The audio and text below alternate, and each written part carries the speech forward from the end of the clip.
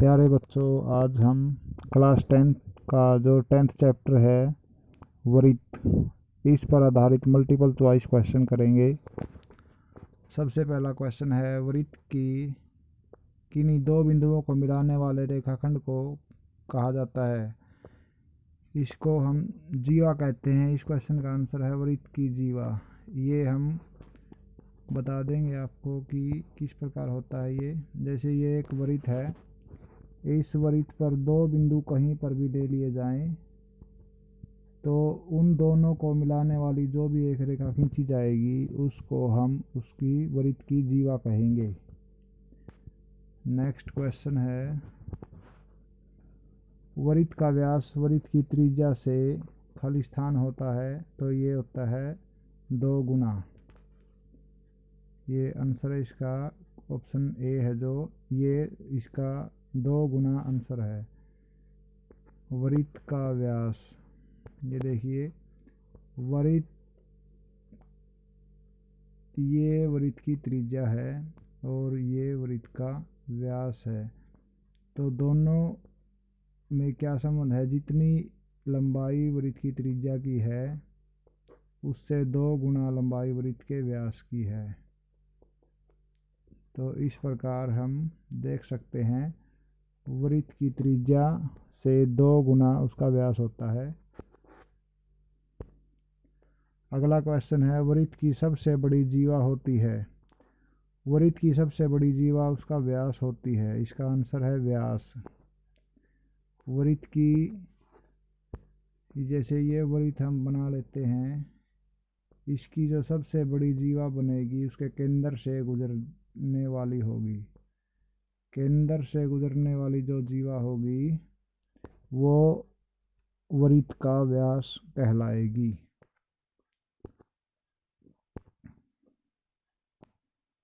किसी वृत्त की, अगला जो क्वेश्चन है, किसी वृत्त की कितनी अधिकतम स्पर्श रेखाएं हो सकती हैं। किसी भी वृत्त की हम कितनी भी रेखा खींच सकते हैं, कितनी भी स्पर्श रेखाएं खींच सकते हैं, इसलिए इसका अपरिमित आंसर है। जैसे कोई एक वृत्त है तो उसकी स्पर्श रेखाएं अनेकों खींची जा सकती हैं, कितनी भी खींची जा सकती हैं जो उसको एक ही बिंदु पर स्पर्श करें। वृत्त को जो एक ही बिंदु पर स्पर्श करेगी वो वृत्त की स्पर्श रेखा कहलाएगी। नेक्स्ट क्वेश्चन है, एक चाप खालिस्तान होता है जब इसके सिरे एक व्यास के सिरे हों। जब एक चाप हम बना लेते हैं, जैसे ये एक चाप है, यदि ये व्यास के सिरे हैं, यदि हम इसको व्यास मानकर अर्धवृत्त खींचेंगे तो क्या बनेगा? ये अर्धवृत्त बनेगा। जब इस व्यास की सहायता से जब हम कोई एक चाप खींचेंगे तो ये अर्धवृत्त बन जाता है। तो इसलिए एक चाप एक अर्धवृत्त होता है जब इसके सिरे एक व्यास के सिरे हों, इसलिए इसका आंसर है अर्धवृत्त। क्वेश्चन नंबर 199, दो वृत्त सर्वांगसम होते हैं यदि उनकी त्रिज्याएं बराबर हों। तो इसका आंसर है त्रिज्याएं। दो वृत्त यदि हम खींचते हैं, यदि हम दोनों की त्रिज्याएं बराबर होंगी, जैसे इसकी त्रिज्या और इसकी त्रिज्या, यदि ये दोनों बराबर हैं तो दोनों वृत्त आपस में सर्वांगसम हो जाएंगे।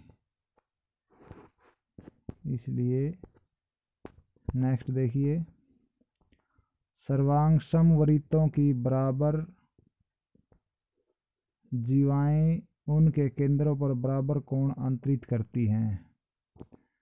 जैसे हम, इसका आंसर आता है, वैसे तो जीवाएं आंसर है इसका।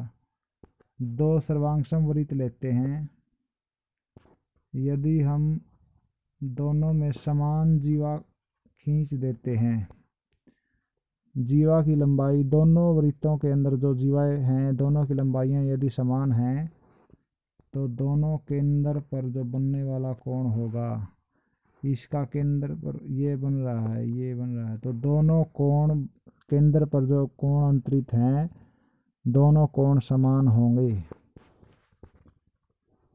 इसलिए क्या कहा इसने, सर्वांग समवृत्तों की बराबर जीवाएं उनके केंद्रों पर बराबर कोण अंतरित करती हैं। अब आगे नेक्स्ट क्वेश्चन है 201। आकृति में रेखा पी क्यू को निम्नलिखित में से किस नाम से पुकारते हैं। ये आकृति है, इस आकृति के अंदर पी क्यू रेखा है जो वृत्त के आर पार गुजरती है, वृत्त को छेद करके इसके अंदर से आर पार गुजरी हुई रेखा है ये, इसलिए इसको हम छेदक रेखा कहेंगे, छेदक रेखा। तो इसलिए जो इसका आंसर है छेदक रेखा है। इसके बाद क्वेश्चन नंबर 202। यदि एक बिंदु P से O केंद्र वाले किसी वृत्त पर PA PB स्पर्श रेखाएं परस्पर 60 डिग्री के कोण पर झुकी हो तो कोण POA किसके बराबर होगा। जैसे हम इस क्वेश्चन के अनुसार एक चित्र बनाते हैं, इसकी आकृति बनाते हैं, तो क्या कैसे बनेगी वो, एक बिंदु P से केंद्र O वाले वृत्त पर PA और PB स्पर्श रेखाएं 60 डिग्री पर झुकी हुई हों। जैसे ये एक वृत्त है, P बिंदु यहाँ पर ले लिया मैंने, इससे दो स्पर्श रेखाएं खींच दी गई, इन दोनों के बीच में जो कोण बन गया वो 60 डिग्री का बन गया।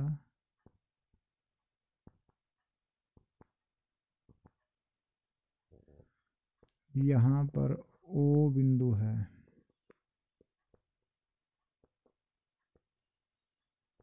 O, और ये A है, ये B है। POA हमारा जो कोण बनेगा, ये कोण बनेगा, ये वाला POA कोण बनेगा ये। अगर ये 60 डिग्री का कोण यहाँ पर दिया हुआ है तो इसके सामने 120 डिग्री का कोण बनेगा, क्योंकि इन दोनों का जोड़ 180 डिग्री होता है। कोण O और कोण P दोनों का जोड़ 180 होगा, और यदि P का मान 60 डिग्री है तो कोण O का मान 120 डिग्री होगा। 180 में से 60 घटा देंगे तो 120 आएगा, और ये कोण भी 60 डिग्री का हो जाएगा। POA हमारा यहाँ पर 60 डिग्री का कोण होगा, ये भी 60 का होगा, पूरा मिलाकर 120 का बनेगा ये।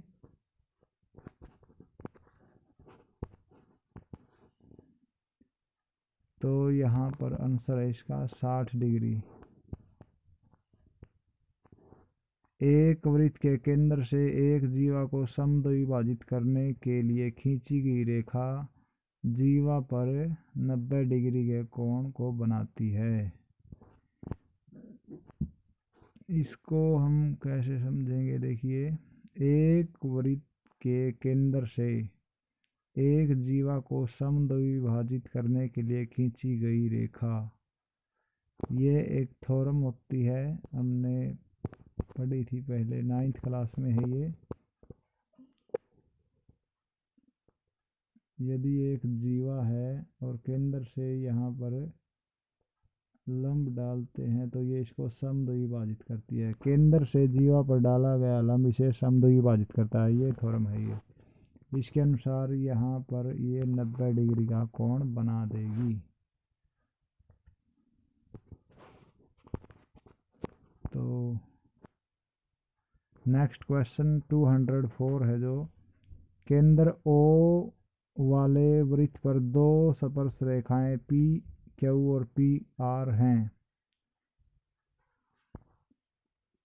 केंद्र O वाले वृत्त पर दो स्पर्श रेखाएं P Q और P R हैं।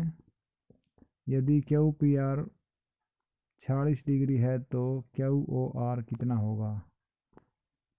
जैसे मैं आकृति बनाकर इसको क्वेश्चन को करूँगा, ये हमारी P बिंदु है और ये दो P बिंदु से खींची गई स्पर्श रेखाएं हैं।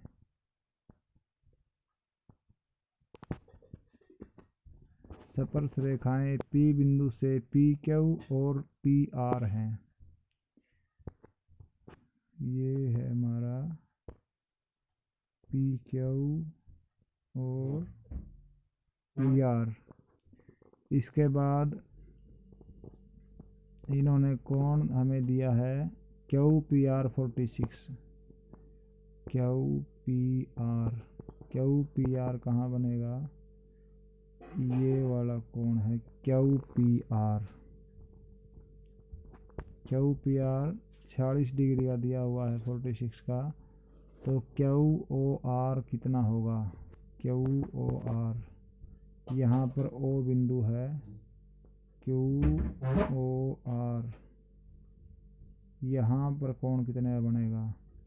QPR और QOR दोनों का जोड़ 180 होगा, 180 डिग्री होगा। तो हम 180 में से 46 को घटा देंगे। 180 में से 46 को घटा देंगे तो ये हमारा 10 में से 6 का 4 और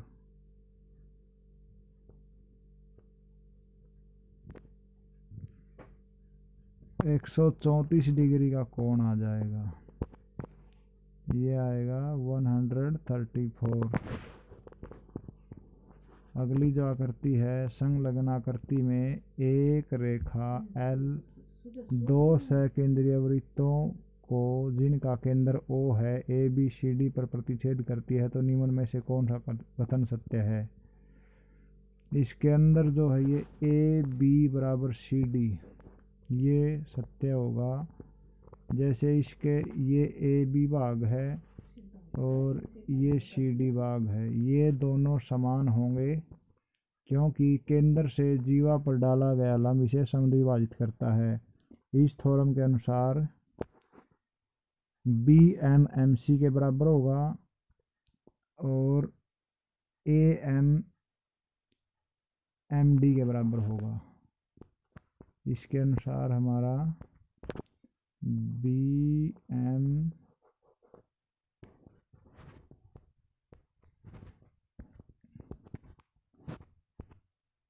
AMMD ये दोनों बराबर होंगे। AM और MD। इसी प्रकार BM और MC ये दोनों बराबर हैं। यदि हम AM के अंदर से BM को घटा देंगे और MD के अंदर से MC को घटा देंगे, AM के अंदर से BM को घटाना है हमने, हम इनको आपस में घटा कर देखते हैं। AM के अंदर से BM घटाने पर AB बचता है और ये MD के अंदर से MC घटाने पर CD बचता है। इन दोनों को यदि हम घटाते हैं तो इस प्रकार से AB बराबर CD आ जाता है। नेक्स्ट क्वेश्चन है हमारा, इसलिए इसका जो क्वेश्चन होगा AB बराबर CD होगा। वृत्त की किसी चाप पर केंद्र पर अंतरित कोण, ये एक थ्योरम है जो चैप्टर 10 में एक जगह आपको मिलेगी। ये 9th क्लास में की हुई थ्योरम है एक। वृत्त की किसी चाप द्वारा केंद्र पर अंतरित कोण उस चाप द्वारा वृत्त के शेष भाग पर स्थित किसी बिंदु पर अंतरित कोण का 2 गुना होता है। इसमें आंसर आएगा 2 गुना। जैसे इसको हम देखने के लिए ये आकृति देखते हैं। इसके अंदर एक वृत्त की चाप है AB। AB केंद्र पर AOB कोण बना रही है और ये ही AB वृत्त के शेष भाग पर ACB कोण बना रही है। तो जो कोण AOB है वो ACB का दुगुना होगा। ये थ्योरम है ये। इसमें ACB जो कोण है वो AOB का आधा कोण बनता है। तो अगला जो क्वेश्चन है इसी थ्योरम पर आधारित है। वृत्त का O केंद्र है तो इसमें कौन सा संबंध सही है। इसके अंदर जो इस थ्योरम के अनुसार संबंध बनेगा वो AOB कोण ACB का दुगुना है। तो इस संबंध को दर्शाने वाला जो आंसर है हमारा ACB का दुगुना, C इसका आंसर सही है। ये दिखाया गया है इसके अंदर। AOB बराबर है 2ACB। अगला क्वेश्चन देखिए। अर्धवृत्त में बना कोण समकोण होता है हमेशा।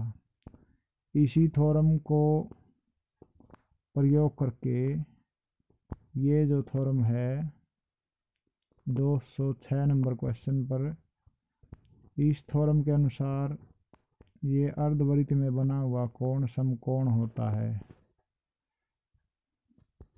जैसे यहाँ पर अर्धवृत्त हम बनाते हैं। ये AB चाप है। ये यहाँ पर 180 डिग्री का कोण बना रही है और इसका आधा कोण यहाँ पर हमारा जो C कोण बनेगा वो बनता है। तो 180 का आधा यहाँ पर 90 डिग्री का कोण बनेगा। इसलिए अर्धवृत्त में बना हुआ कोण हमेशा 90 डिग्री का होता है, समकोण होता है। तो हम देख सकते हैं AB चाप केंद्र पर 180 डिग्री का कोण बनाती है। यहाँ केंद्र है ये। और यदि ये 180 डिग्री का बनाती है तो इसका आधा ऊपर वृत्त के शेष भाग पर बनाएगी ACB कोण। इसलिए ये इसका आधा होगा, आधा कोण 180 का आधा होगा 90 डिग्री।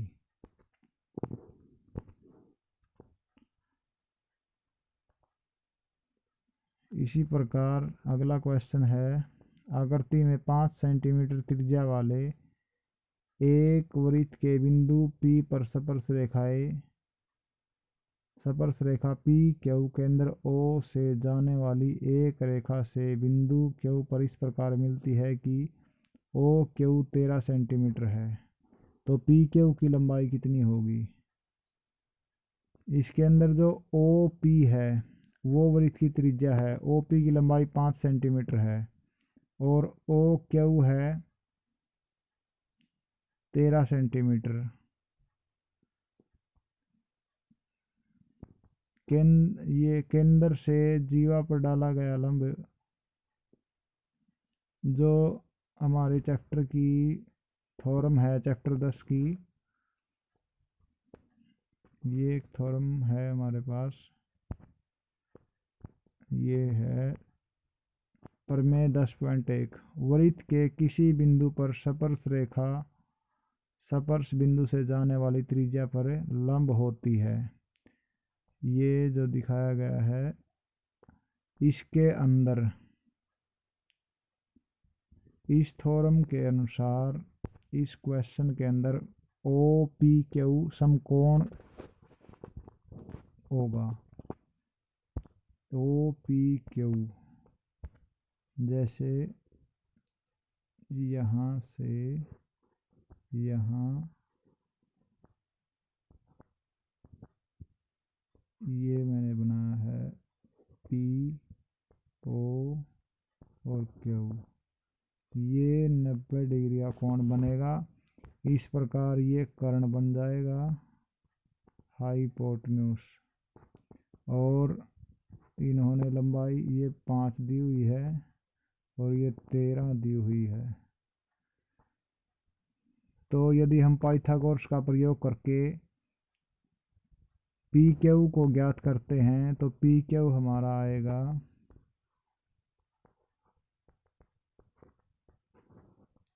13 का स्क्वायर घटा 5 का स्क्वायर। ये हमारा जो आएगा 16925। ये जो है 144 बनेगा। ये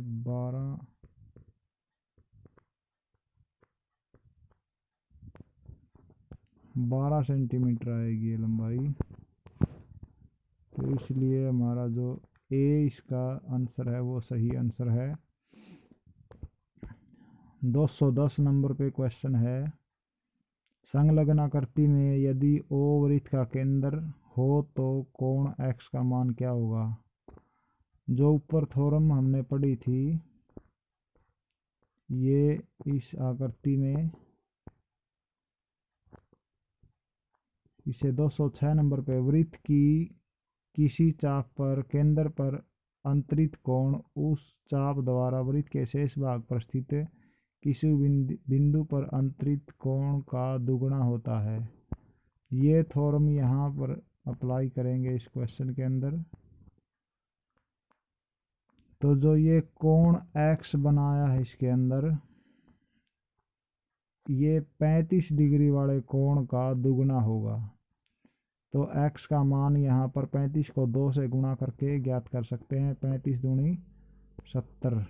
तो ये 70 डिग्री इसका आंसर हो जाएगा। सी जो आंसर है ये सही आंसर है। अगला क्वेश्चन है 211 नंबर पे, संलग्न आकृति में यदि ओ वृत्त का केंद्र हो तो x का मान क्या होगा। ये भी इसका उल्टा है। जो 206 नंबर पे हमने थ्योरम पढ़ी थी, x का मान कोण O का आधा होगा। x जो है x का दुगुना कोण O है। तो हम x का मान ज्ञात करने के लिए 70 को 2 से भाग दे देंगे। 70 को 2 से भाग देंगे तो 35 डिग्री इसका आंसर आएगा।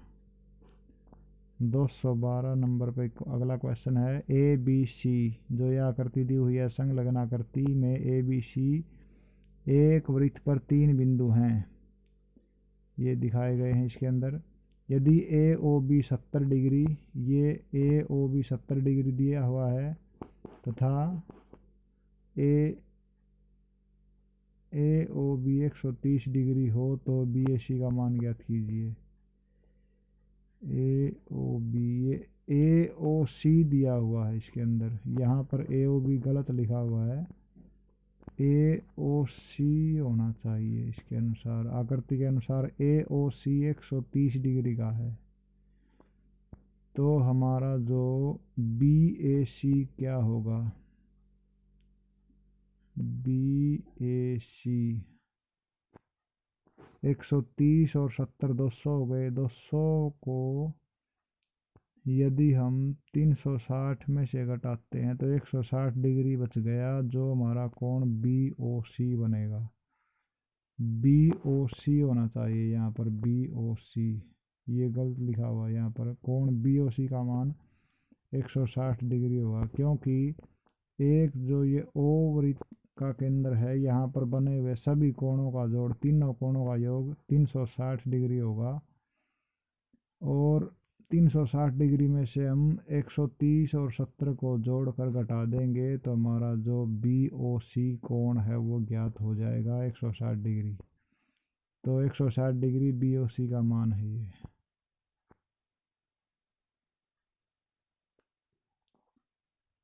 वृत्त के व्यास के छोर पर खींची गई स्पर्श रेखाएं समानांतर होती हैं।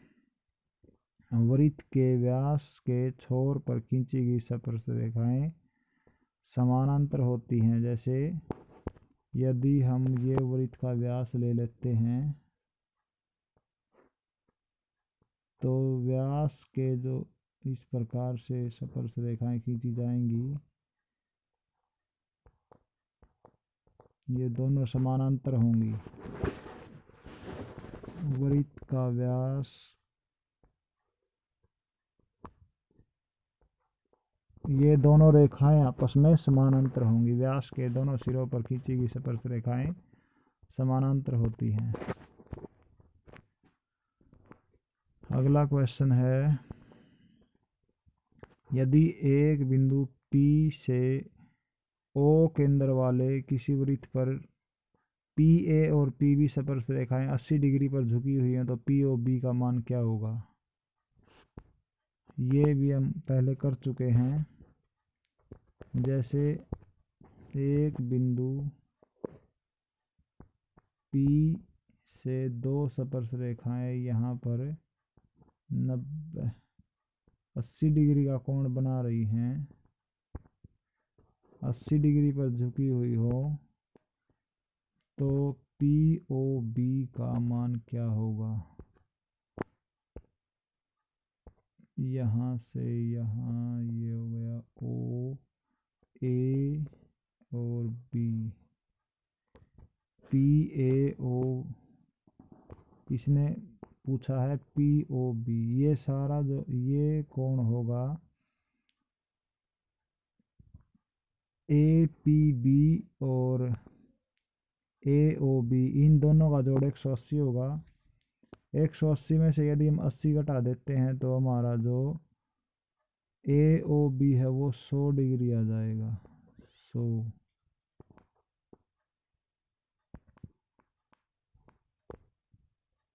यहाँ पर हमारा 100 डिग्री का कोण बन जाएगा। तो 100 का आधा यदि हम कर देंगे तो ऊपर वाला जो ये कोण है ये 50 डिग्री का कोण बच जाएगा। दोनों तरफ समान रूप से दोनों कोण समान बनेंगे। ये यदि हम करके देखते हैं तो ये दोनों त्रिभुज सर्वांगसम भी हो सकती हैं। सर्वांगसम के नियम के अनुसार दोनों कोण बराबर होंगे। इनकी तीनों भुजाएं समान होंगी क्योंकि OA और OB दोनों त्रिज्याएं हैं। OP दोनों में उभयनिष्ठ है और एक बिंदु से खींची गई दो स्पर्श रेखाएं PA और PB बराबर हैं। इसलिए SSS नियम के अनुसार दोनों त्रिभुज सर्वांगसम हो सकती हैं और दोनों के जो CPCT के अनुसार POB POA दोनों ही समान होंगी। इसलिए हमारा जो POB कोण है वो 50 डिग्री का होगा। POB वृत्त की स्पर्श रेखा, अगला जो क्वेश्चन है 215 नंबर पर, वृत्त की स्पर्श रेखा स्पर्श बिंदु से होकर जाने वाली त्रिज्या पर लंब होती है। त्रिज्या ये हमारी दो थ्योरम है, हमने अभी दिखाई थी, 10.1 प्रमेय है ये, इसके अनुसार त्रिज्या आएगा यहाँ पर खाली स्थान में। अगला क्वेश्चन है 216 नंबर पर, वृत्त के बाहर स्थित बिंदु से वृत्त पर खालिस्तान स्पर्श रेखाएं खींची जा सकती हैं। यदि हमारा कोई भी एक बिंदु वृत्त से बाहर है, तो जैसे मैंने ये P बिंदु लिया हुआ है यहाँ पर, तो इससे दो स्पर्श रेखाएं खींची जा सकती हैं। तो इसका आंसर है 2, केवल 2 ही स्पर्श रेखा खींची गई हैं, खींची जा सकती हैं। लंब रेखाओं, अगला जो क्वेश्चन है 217 नंबर पर, लंब रेखाओं तथा समानांतर रेखाओं को खींचने में उपयोग में आने वाला उपकरण है। लंब रेखाएं जो होती है 90 डिग्री का कोण बनाने वाली होती हैं और समानांतर रेखाओं के बीच में कोई कोण नहीं बनता है। सेट स्क्वायर की सहायता से हम समानांतर रेखाएं खींच सकते हैं। लंब रेखा और समांतर रेखा, सेट स्क्वायर के अंदर जो होता है 90 डिग्री का कोण बना होता है, तो लंब रेखाएं उसकी सहायता से खींची जा सकती हैं और समानांतर रेखाएं भी उसकी सहायता से ही खींची जा सकती हैं। वृत्त खींचने के लिए उपयोग में आने वाला उपकरण होता है प्रकार, ये देखिए ये इसका आंसर है। वृत्त जब भी हम खींचेंगे तो प्रकार की सहायता से ही खींचा जा सकता है। 219 नंबर पे देखिए, कोणों को मापने के लिए ज्यामिति बॉक्स में से किस उपकरण का प्रयोग करेंगे। कोणों को मापने के लिए जो डी होता है वो चांदा होता है हमारा, ये लिखा हुआ है, चांदे का उपयोग करेंगे। 220 नंबर पर संलग्न आकृति में वृत्त के बहिर्भाग में स्थित बिंदु कौन सा है। जैसे वृत्त के जो अंदर है वो बी और ओ है, और जो वृत्त के ऊपर है वो ए है, और अंतभाग में तो ये ओ और बी है, और जो सी है वो बहिर्भाग में है, बाहर वाला भाग है सी। सी बिंदु इसका बाहर वाले भाग में है, सी इसका आंसर है। वृत्त की परिधि पर स्थित, अगला क्वेश्चन है ये, वृत्त की परिधि पर स्थित बिंदु से वृत्त पर कितनी स्पर्श रेखाएं खींची जा सकती हैं। वृत्त की परिधि पर स्थित एक ही रेखा खींची जा सकती है, केवल एक। हाँ, जैसे वृत्त की परिधि पर ये ए बिंदु है, ए बिंदु से हम सिर्फ एक ही स्पर्श रेखा खींच सकेंगे। जैसे ये यहाँ पर ए बिंदु हमने ले लिया, तो इससे सिर्फ एक ही स्पर्श रेखा खींची जा सकती है। यदि हम और अधिक रेखाएं खींचेंगे तो फिर वो उसको स्पर्श रेखा नहीं रहेगी, वो उसकी छेदक रेखा बन जाएगी।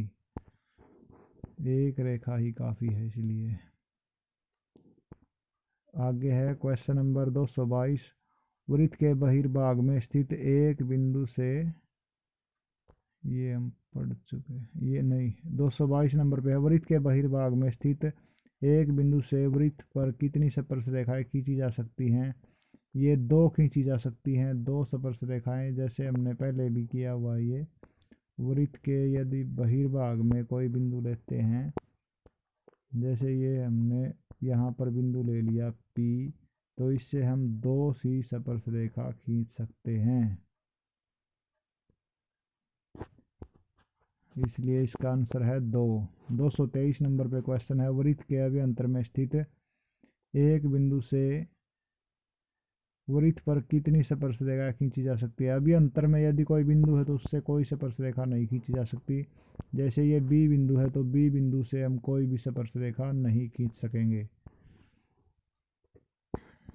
अगला जो क्वेश्चन है, समबाहु त्रिभुज का प्रत्येक कोण 60 डिग्री का होता है। 60 डिग्री इसका आंसर होगा। अगला क्वेश्चन है, 2 सेंटीमीटर त्रिज्या के वृत्त के केंद्र से 5 सेंटीमीटर की दूरी पर स्थित बिंदु से वृत्त की कितनी स्पर्श रेखाएं खींची जा सकती हैं। इसका आंसर भी 2 होगा। जैसे यहाँ पर हम इसकी 2 सेंटीमीटर त्रिज्या ले लें और इसकी 5 सेंटीमीटर दूर यहाँ से हमने एक बिंदु ले लिया P, तो इस P बिंदु से हम 2 स्पर्श रेखाएं खींची जा सकेंगी, क्योंकि ये बिंदु वृत्त से बाहर स्थित होगा। तो बाहर स्थित बिंदु से हम 2 स्पर्श रेखा खींच सकते हैं।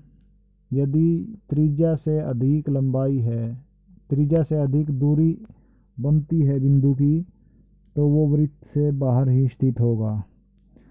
जैसे 2 सेंटीमीटर त्रिज्या है और वृत्त की जो दूरी है वो 5 सेंटीमीटर है, केंद्र से वृत्त के केंद्र से बाहर स्थित बिंदु की दूरी 5 सेंटीमीटर है, तो वो बिंदु वृत्त से बाहर स्थित होगा, और बाहर स्थित बिंदु से हम 2 स्पर्श रेखाएं खींच सकते हैं।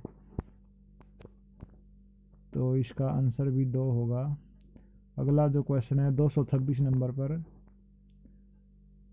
3 सेंटीमीटर त्रिज्या के वृत्त के केंद्र से 3 सेंटीमीटर की दूरी पर स्थित बिंदु से कितनी स्पर्श रेखा खींची जा सकती हैं। जैसे 3 सेंटीमीटर का यदि हम वृत्त लेते हैं, 3 सेंटीमीटर का हमने वृत्त ले लिया त्रिज्या लेकर, और 3 सेंटीमीटर की दूरी पर ही एक बिंदु ले लेते हैं, जैसे हमने यहाँ पर ए बिंदु ले लिया, तो इससे हम सिर्फ एक ही रेखा खींच सकेंगे।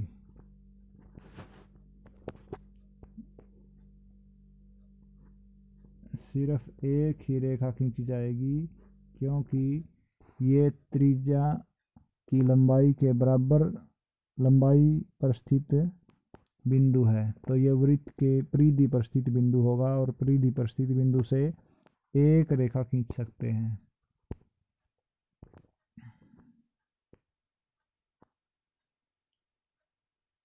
इसके बाद ये क्वेश्चन है जो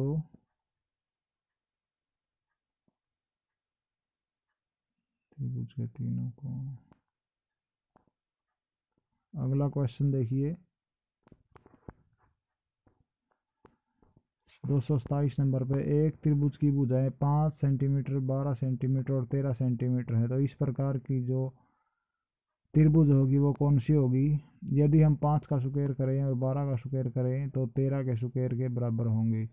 5 का स्क्वायर जो है 25 होता है, 5 का स्क्वायर और 12 का स्क्वायर ये 13 के स्क्वायर के बराबर होता है, क्योंकि 25 और 144 को यदि हम जोड़ देते हैं तो 169 आता है।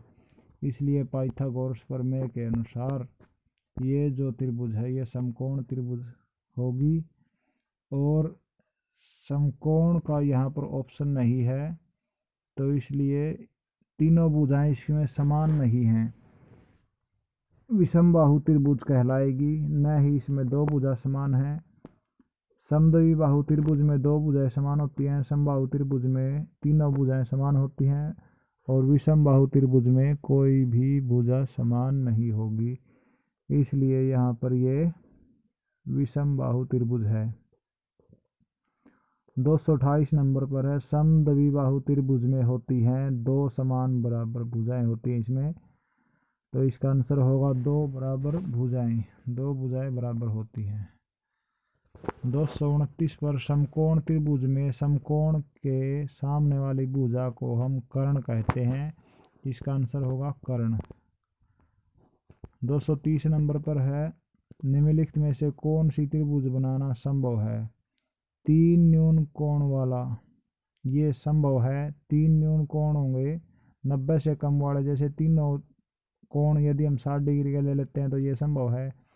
दो अधिक कोण वाला, अधिक कोण होता है 90 से अधिक वाला, 90 से अधिक दो कोण यदि होंगे तो उनका जोड़ 180 से अधिक हो जाएगा। तो ये कोण त्रिभुज बनाना संभव नहीं है। बी ऑप्शन में क्या लिखा है? दो समकोण, ये भी संभव नहीं है क्योंकि दोनों का जोड़ 180 हो जाएगा और तीसरा कोण 0 हो जाएगा। डी में क्या लिखा है? एक समकोण और एक अधिक कोण वाला, ये भी बनाना संभव नहीं है। अधिक कोण 90 से अधिक होगा और एक 90 हो जाएगा तो वो भी 180 से अधिक जोड़ बन जाएगा दोनों का। तो डी वाला भी संभव नहीं है, इसलिए हमारा सिर्फ ए वाला ही आंसर ठीक होगा। तीनों न्यून कोण होंगे जिसके अंदर तीन न्यून कोण वाला त्रिभुज बनाना संभव है। त्रिभुज के तीनों कोणों का योग होता है 180 डिग्री, इसलिए इसका आंसर है 180 डिग्री। 232 नंबर पर चतुर्भुज के चारों कोणों का योग होता है 360 डिग्री। यदि हम इसको करके देखते हैं, जैसे ये कोई भी एक चतुर्भुज है, यदि हम चतुर्भुज बना लेते हैं, इसको दो भागों में बांट लीजिए। एक चतुर्भुज के दो भागों में बांटने से दो त्रिभुज बन गई। एक त्रिभुज के कोणों का योग होगा 180 और दूसरी त्रिभुज के कोणों का योग भी 180 होगा। दोनों को जोड़ के देखते हैं तो चारों कोणों का योग 180 और प्लस 180 360 हो जाएगा। तो इसलिए चतुर्भुज के चारों कोणों का योग 360 डिग्री हो जाएगा। Question number 233। जिस चतुर्भुज के चारों शीर्ष वृत्त पर हों उसे कहा जाता है, उसे चक्रीय चतुर्भुज कहा जाता है। जिसके चारों शीर्ष वृत्त पर लगे हुए हैं, जैसे